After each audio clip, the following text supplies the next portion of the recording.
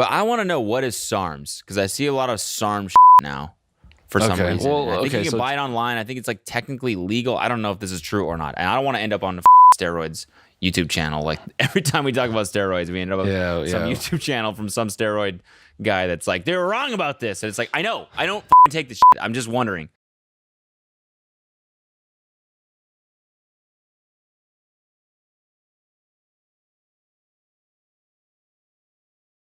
What's up, guys? Derek, moreplates.com. Today we are going to be reacting to Tiny Meat Gang again. So, you know they love being featured on gear-related channels, obviously.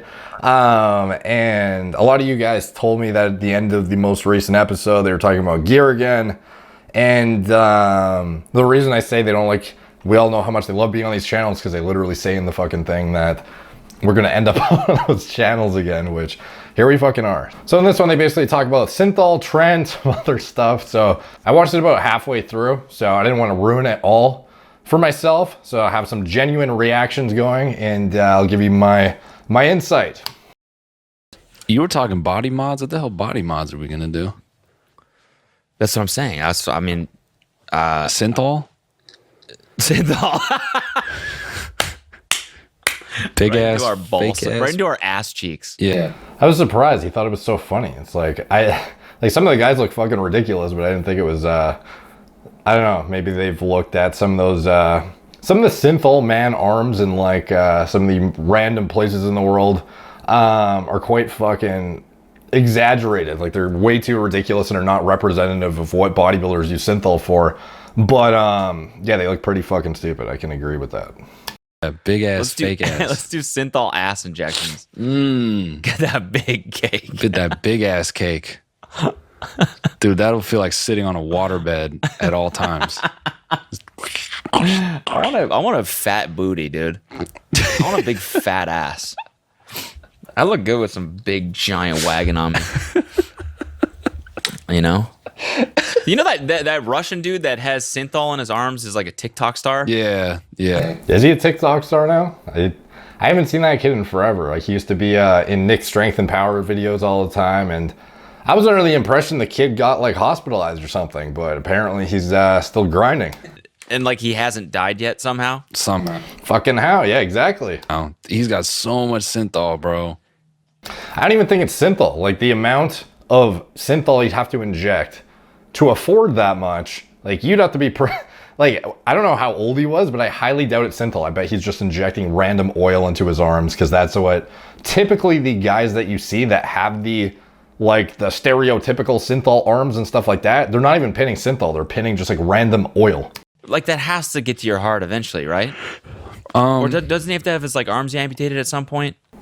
What they actually find, which is interesting, is that years after the fascia has just been stretched, and you'll find that it's just like nothing inside really. Like the stuff has actually been metabolized, like your body will actually, you know, process it like oil. However, the sheer volume that you've expanded the muscle, the insert of it essentially, it's not like it shrinks back to normal. So if you've like chronically stretched it out with this ridiculous bolus of oil, even once your body's metabolized the oil, you still have deformity in the muscle that's sitting there because you've been like just fucking injected it to the point that it's stretched to such an extent that it's not going to recover. And if you have no actual like contractile tissue in there, it's just gonna sag and look like, well, it looks like shit if you do one of those like exaggerated synthol jobs anyways, but it just retains like nothingness. It's just sitting there stretched out, and your body eventually does metabolize the shit that's in it, interestingly enough.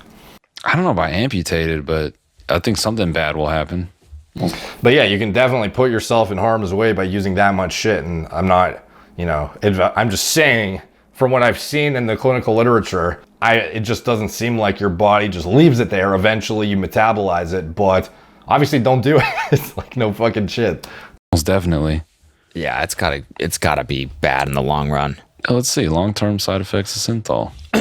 I mean, amputation is definitely one of them because it cuts off like the flow of blood or just normal body functioning. Yeah. Oh, this shit can cause nerve damage. Oh, it's fucked up. Well, part of that too is like when you're literally pinning in the injection site, like there are tons of nerves in the arms as well as in a lot of the other body parts that people are administering synthol. So obviously hitting yourself with a needle on a daily basis, like you can cause nerve damage. And then in addition to that, when you're compressing nerves by literally inflating a muscle with a shit ton of fluid and the surrounding nerves can get compressed, yes, and you can fuck things up. So like there's a lot of reasons to not do it, obviously. Would not recommend. Cerebral stroke. Yeah. Hey, what's good? Okay, so it looks like an ad. I'm gonna skip through this here. The 3 best steroids. You know, now that we're at an appropriate age and we found out some of the Sway Boys was actually on steroids. Mm-hmm. SARMs. They were on SARMs. It's okay. It's okay for us to take it. You know, people wouldn't shame us with all the Tren use. We can't get in trouble for wanting to take this stuff. If you got at your guys' age, like I think TRT is more than a viable thing to explore. Like it's not like you like getting into your 30s. It's not an unreasonable thing to check if you are a viable candidate and see if you know, just see where your test levels are. It's not like you're forced to do anything. Like go get some lab work done, get an interpretation by somebody who knows what they're talking about and kind of see if you are as optimized as you could be. You know, you probably don't need anything, but you never know. You know, some people once you get into your 30s, you start declining by the year. And if you want to look into it, like it's not like you're way too young for it. There are definitely people in their 30s that are benefiting from hormone replacement therapy. Yeah, that's fair. So you don't by default need it, by the way, though. If you're 30, it's not like automatically, oh, you need TRT because you're 30. Definitely not the case. There are many individuals even going into their 40s and even older that are thriving without it. It's not like you absolutely need it just because you are an arbitrary age. And we are serious, by the way. We are going to start taking steroids. a list of major anabolic steroids and everything you wanted to know about them. Fucking, all right, From here we test go. to HGH. Okay, so on the list, the 3 that are on the list, first one is Trenbolone. I like how instead of having like a steroidal profile that's actually broken down with like clinical literature or anything, it's literally all it says is the name of the steroid, and then it says what the fuck did it say? It was like what bodybuilders say, what experts say, how it's cycled, how it's dosed, and it's all somehow summarized into one fucking sentence. Tren. And we are serious. Here we Test go. to HGH. Okay, so Anadrol, what bodybuilders say, a cheap bulking oral steroid but with many serious downsides. Mubarak says, gains are often due to water retention and you'll lose more than half your gains after ceasing. Like the gains in size, I guess, are, you know, can be attributed largely to water retention, but anyways, let's see what experts say. oh, on the list. Oh, this is what the experts say section has O'Connor. I wonder who that fucking is. The 3. Let's see. An old school steroid originally developed to help with weight gain after surgery or infection and occasionally to treat osteoporosis or hormonal conditions. This one's a monster, O'Connor says. Puffiness and water retention, gynecomastia, acne, rapid weight gain, stomach pain, and many others, including high cholesterol and stroke. How it's cycled, no longer than 8 weeks. How it's dosed, 50 to 100 milligrams per day. So it's interesting how it's like some of the clinical literature with Anadrol and then how it's applied in a human context, even in the bodybuilding realm. It's like they're implying a minimum of 50 milligrams is needed to see a positive outcome. And it's like, so not the case, dude. 3 that are on the Anavar, what bodybuilders say, one of the best anabolic steroids for cutting overall, Mubarak says, an oral steroid often stacked with Winstrol or testosterone. The general consensus among bodybuilders is that women better tolerate it than they do some other steroids. Not the case whatsoever. You know, it is tissue selective and it is, you know, often used by women, but it is often overhyped in my opinion. You know, and often women will experience viralizing side effects by overusing Anavar.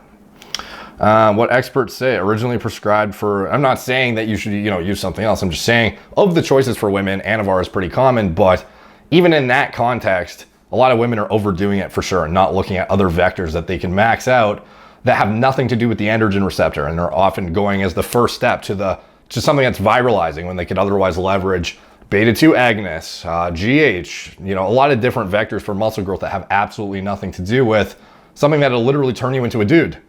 What experts say. Is this O'Connor again? So originally prescribed for weight gain, recovery from burns, and osteoporosis. It's known to be one of the weaker and less toxic steroids with minimal side effects depending upon dosage, O'Connor says, but it's also one of the more expensive ones. I highly doubt that's all he would have said about it though. There's no way he said that and that was it. Like they must have just pulled a random quote from his video, because I don't think he would have just made it sound that safe and good. Side effects, high blood pressure, lower HDL, or good cholesterol, acne, hair loss, depression, how it's cycled 8 weeks, often stacked with test, how it's dosed 10 to 50 milligrams daily, sometimes up to 80 milligrams. Fuck, dude. And no differentiation between female and male dosage outlines on here at all. Which is, if a chick takes 10 milligrams chronically, they're gonna get viralization, dude. List. First one is Trenbolone, so it's just Tren. That's where you get Tren cough from. I know about Dianabol, a little D-ball. I think this is the video where I would like the whole "here we go" saying came from. So there's a fuck ton of steroids. Or Deca. I've heard Deca. I've heard those too. Let's look at Tren, because I still don't understand Tren. But I want to know, what is SARMs? Because I see a lot of SARM shit now. Did you watch my first video? You mentioned in this one later in it that you don't want to end up in another steroid channel. It's like, watch the fucking first one, dude. I explained in elaborate detail what a SARM is. And I'm literally doing the work for you, dude. Like, people do consults with me to answer this kind of shit, and I'm literally making videos answering your goddamn questions. So go watch the last video I did on Bryce Hall, whatever the fuck it was, where you were asking him about stuff, and then I broke down what a selective androgen receptor modulator is and explained in detail what kind of applications it has, the side effect profile, is it comparable to steroids, everything you need to know. I'll put up a card in the corner to that video. So Cody Co, if you're fucking watching this, dude, check it out. For some reason. Well, I think okay, you can buy it online. I think it's like technically legal. I don't know if this is true or not. And I don't want to end up on the fucking steroids YouTube channel. Like every time we talk about steroids, well, you're fucking here, dude. So go watch the video this time and get the answers to your questions. Some YouTube channel from some steroid guy that's like, they were wrong about this. And it's like, I know, I don't fucking take this shit. I'm just wondering. You're wondering, but then you don't want the answers, dude. What is SARMs? And what is SARMs? Oh, fuck. Maybe you watched the video. Because I saw someone talking about it, how he bought it online, but they're really dangerous or something. And that's what I think the TikTok guys were on. I don't know. Well, so with Tren. So he's like, I want to know about SARMs. He's like, so Tren.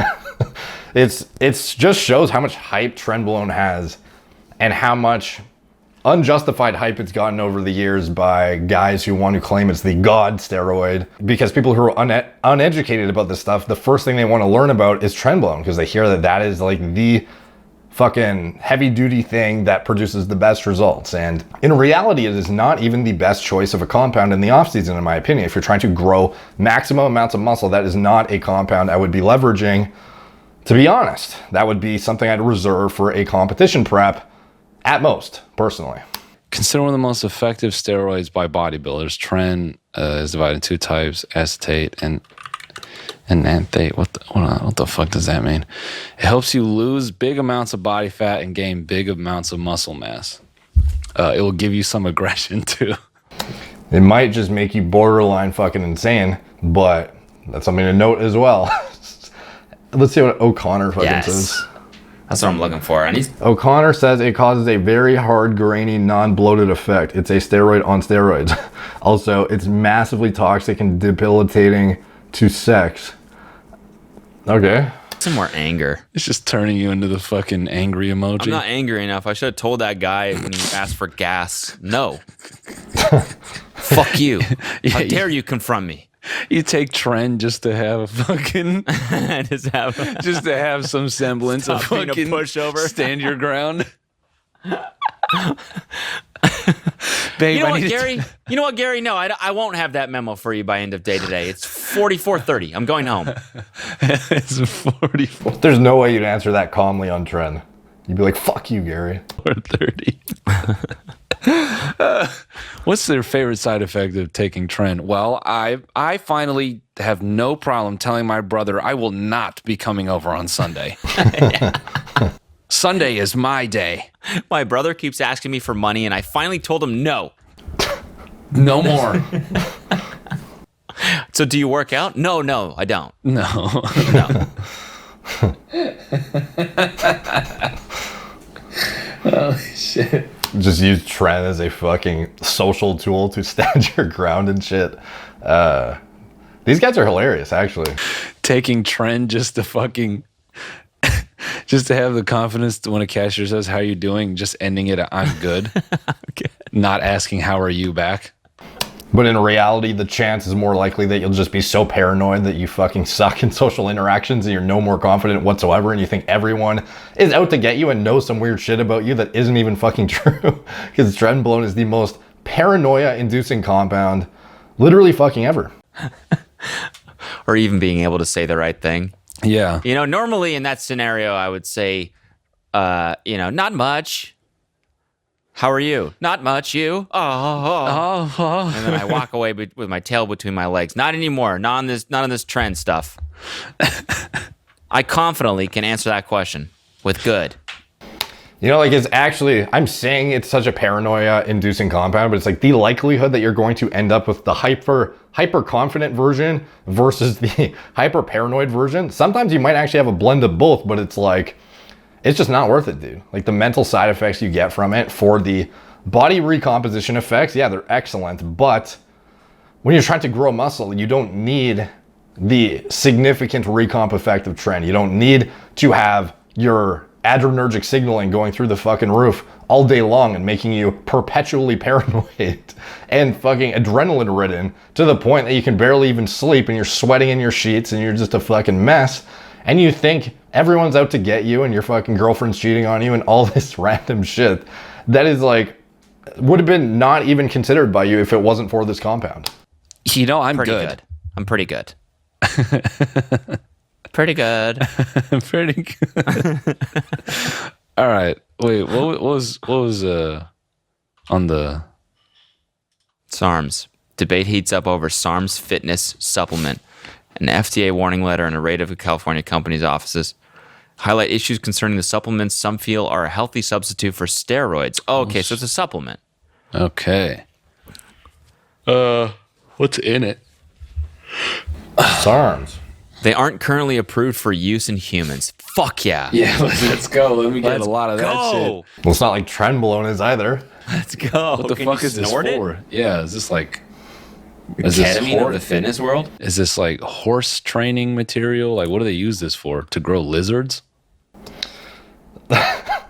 No, they're being designed for typically the androgen sensitive, so women and individuals who need, bone integrity retention or prevent muscle wasting without the androgenic effects of steroids. And a closer remark would have been, is Trenbolone used for that? Because that's used to beef up cattle. That's a bit more of a relevant comparison than SARMs.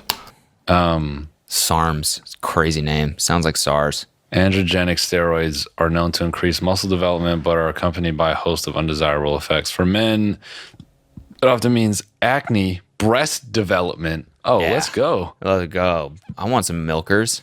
And enlarged prostate and shrinking of the testicles. I got testicle to give. I can give up some test. It doesn't sound like side effects to me. Yeah. Oh, you're going to make my huge balls a little bit smaller? And you're going to give me a fucking great rack? Yeah, Let's give me go. a pair of jugs. Dude. I'm down for that. I'm down for that all day. I'll slap around my own titties. One major side effect of SARMs is it completely erases genitals, so the private area is just completely smooth. Okay. It also has been known to give users big, juicy milk wagons. That'd be crazy. It just erases your penis. It gives you gigantic boobs and you're ripped as fuck. It gives you big fake tits. Like the definition. Like it gives you big bolt-ons. Yeah. The definition on them is just crazy too. Like everybody thinks they're fake. Like those are implants, right? Like nah, these are my naturally SARMs crafted breast. They found that only half of them actually contained SARMs. About 60% contained ingredients different from what was featured on the label. Ooh. Nearly 10% of the products tested didn't contain an active ingredient of any kind. Holy fuck. Oh, these are SARMs that you can buy online? So 10% of SARMs bought online, it doesn't even contain anything. You're just buying water. Or just bad shit. Awesome. Straight placebos, dude. Are you on those placebos? I'm getting bigger, dude, I swear. Yeah, I don't know, man. Life-threatening reactions, including liver toxicity, have occurred in people taking products containing SARMs. SARMs also have the potential to increase the risk of heart attack and stroke. Long-term effects on the body are unknown. Yeah. It's all right, man. Yeah, that's the main thing, is that like it's got to put a lot of pressure on your heart, but then so does drinking, you know? So it's you like, might as well. Yeah, I might as well at this point. No, but it's like, I feel like we're pretty fast to judge people that take steroids and stuff because of like the heart risk and stuff, but like alcohol has to be one of the most poisonous things to your body, and everyone's totally fine with that. Yeah, well, I don't judge people who take steroids. I'm just, I'm not crazy enough to take them. I'm getting on SARMs. You think so? Yeah, I'm getting on the water SARMs. Can I get water flavored SARMs, please? It would be fun to do it for a year just to get kind of jacked up, you know? Yeah, but then you just lose it all. Yeah. And then you get soft skin, and I would do that. So you turn to a baby afterwards? It's like the fountain of youth. You get really like roided up and beautiful, and then you just turn into a soft little baby again. You become emotional. Yeah, you get Benjamin Button disease after that. Back to square one. Little guys, baby. the fountain of youth is right there. It's SARMs. Mm-hmm. Get yoked for a year, then turn to a baby. I have to piss so fucking bad. Pee in your mouth. Okay, I think that sums it up. That was a funny one. And like, dude, if you want to learn about SARMs, go watch my last video that you were in, and you can check it out and learn the basics. And then if you want to get more deep dives into the pharmacology and whatnot, you can watch some of my other videos. But in general, these guys, the first step, if they were actually serious about this, is go get baseline blood work done and see what your hormones are like. It's not like you're 20 years old anymore. So once you get into your 30s, it would be wise to, at least assess what you're working with your baseline function, and, make a judgment call from there with your doctor. So I would not be getting on suppressive SARMs or anything like that without some sort of baseline blood work. And to be honest, they're probably fucking around anyways. They're probably not going to do anything. But if you do anything, get some blood work, assess your, what kind of, benefit you might have, if any, from HRT, and explore that route is my suggestion before you do anything. And obviously make that decision with your doctor. Don't just watch TikTok dudes taking SARMs and assume that is the way to go because they had good results. That is not the way to go. Work with somebody who's educated, is qualified to interpret your blood work, and can look out for you and give you direct oversight with your HRT protocol. So anyways, that's it. Thank you guys for watching. Like, subscribe, check out my blog, moreplates.com. Follow me on Instagram at moreplates_moredates, Facebook, Snapchat, Instagram, Twitter, TikTok, Apple Podcasts. If you want to support the channel, you can check out anything I'm associated with in the video description below. Thank you guys for watching. Talk to you soon.